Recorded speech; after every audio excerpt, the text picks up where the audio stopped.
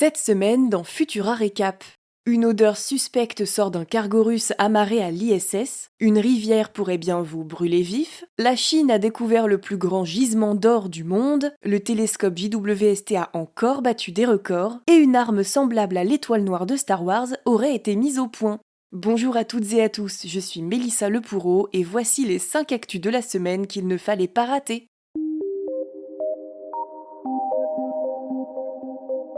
Mais d'abord, prenons un peu de hauteur et rejoignons la Station spatiale internationale où une odeur suspecte a semé le doute chez les astronautes de la NASA. Qu'on se le dise, il y a déjà beaucoup d'odeurs à l'intérieur de l'ISS. Le nez des astronautes, dont la sensibilité change d'ailleurs en absence de pesanteur, est souvent mis à l'épreuve par leurs propres odeurs, surtout quand ils font du sport, et ce 2 heures par jour. Mais le 21 novembre, le cargo spatial russe Progress décolle depuis Baïkonour et s'amarre 2 jours plus tard au module Poïsk de la station.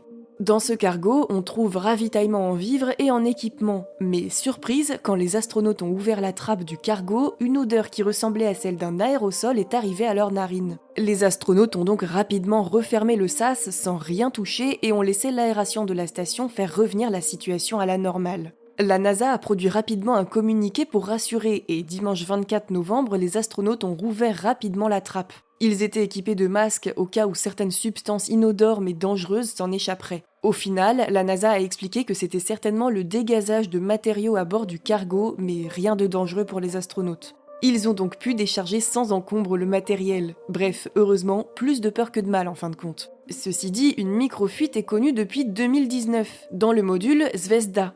Les agences spatiales russes et américaines ne sont pas d'accord sur la gravité de cette fuite, donc le sas entre les sections russes et américaines de l'ISS est régulièrement fermé au cas où. Roscosmos la juge sans danger, alors que la NASA parle quand même d'un risque de défaillance catastrophique pour la station. Alors affaire à suivre. Partons à présent en Amazonie. Connaissez-vous la rivière Chanay-Timpishka ? Ce lieu est sacré pour les peuples autochtones. Et pour comprendre pourquoi, il suffit de s'en approcher. Mais attention, mieux vaut prendre ses précautions. Parce qu'en effet, cette rivière est aussi connue sous le nom de la Bomba. Et croyez-moi, elle porte bien son nom. Sa température peut aller jusqu'à 86 degrés. Oui, 86 degrés. Impossible d'y plonger ne serait-ce qu'un simple doigt. Les chamans expliquent cette température par le fait que la bomba, qui signifie « qui bout par la chaleur du soleil », est associée à Yukamama, un esprit qui prend la forme d'un serpent géant. Bon, ce n'est pas vraiment la version des scientifiques qui explique que l'eau de pluie s'infiltrerait dans la région à grande profondeur dans la croûte. Comme la température augmente naturellement à mesure qu'on s'enfonce dans les profondeurs de la Terre, les scientifiques pensent que l'eau descend jusqu'à presque 1,5 km et remonte rapidement à la surface. Un projet de protection de ce site a été mis en route en parallèle des études scientifiques. La ruée vers l'or, ça vous parle ? Eh ben, la Chine vient de découvrir ce qui est peut-être le plus grand gisement d'or au monde. Le sous-sol chinois est riche en minerais, et particulièrement en or, c'est connu. Le pays est actuellement le premier producteur mondial de ce métal précieux. Mais apparemment, les ressources sont plus importantes que ce qu'on pensait, puisque dans la province de Hunan, pas loin de la mine d'or de Wanggu, un nouveau gisement a été découvert.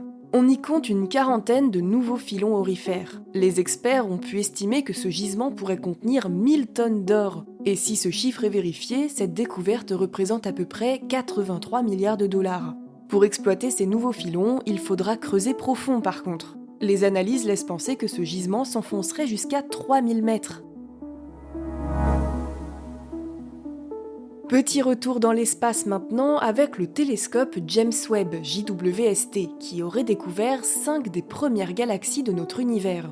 C'est habituel pour ce télescope de débusquer dans le ciel des objets extrêmement lointains. En mai dernier, l'équipe internationale d'astronomes qui travaille sur ce sujet avait annoncé être allée encore plus loin et avoir mis la main sur 2 galaxies les plus éloignées jamais observées par un être humain. Ces galaxies, au nom curieux de GS Z14-0 et GS Z14-1, sont vues telles qu'elles se présentaient à l'aube cosmique, quand notre univers n'avait pas plus de 280 à 300 millions d'années. Quelques mois plus tard, ce record pourrait avoir été encore battu. 5 galaxies ont été identifiées dont la plus éloignée se montrerait telle qu'elle était seulement 200 millions d'années après le Big Bang. Leur lumière aurait voyagé environ 13,6 milliards d'années avant de nous atteindre. Pour détecter des galaxies encore plus anciennes, le télescope spatial pourrait bien avoir besoin de près de 450 heures d'observation. On se demande jusqu'où ira le JWST. Parfois, les films de science-fiction semblent flirter avec notre réalité. La Chine prétend avoir produit une sorte d'arme à micro-ondes qui fonctionne grâce à un système de rayons convergents. Pas simple à suivre, je l'admets, mais globalement, c'est comme l'étoile noire de Star Wars.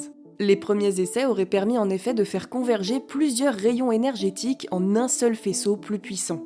Évidemment, réaliser une telle arme et réussir à la rendre efficace demande de réunir plusieurs paramètres. D'abord, il faut que chaque faisceau converge en un point précis. Chaque émetteur à micro-ondes doit donc être positionné et aligné au millimètre près. Est-ce qu'on serait sur un scénario de science-fiction aujourd'hui qui deviendrait la réalité demain ? Sur le papier, ça intrigue un peu. Un scientifique aurait d'ailleurs révélé que la convergence des faisceaux aurait provoqué une perte d'énergie. En plus, de nombreux paramètres font qu'actuellement, détruire ses ennemis à coups d'armes à rayons, ça paraît compliqué. Il faudrait par exemple pouvoir émettre une quantité colossale d'énergie. Alors, quelle source de production utiliser et comment stocker cette énergie sur des unités mobiles à déployer sur le terrain ? Bon, plusieurs grandes puissances travaillent à utiliser la technologie laser pour les mettre au service des forces militaires, mais ce qui est sûr, c'est que cette simili-étoile noire, c'est pas pour tout de suite. Pour tout savoir sur ces technologies ou pour retrouver le reste de nos actualités, rendez-vous sur Futura.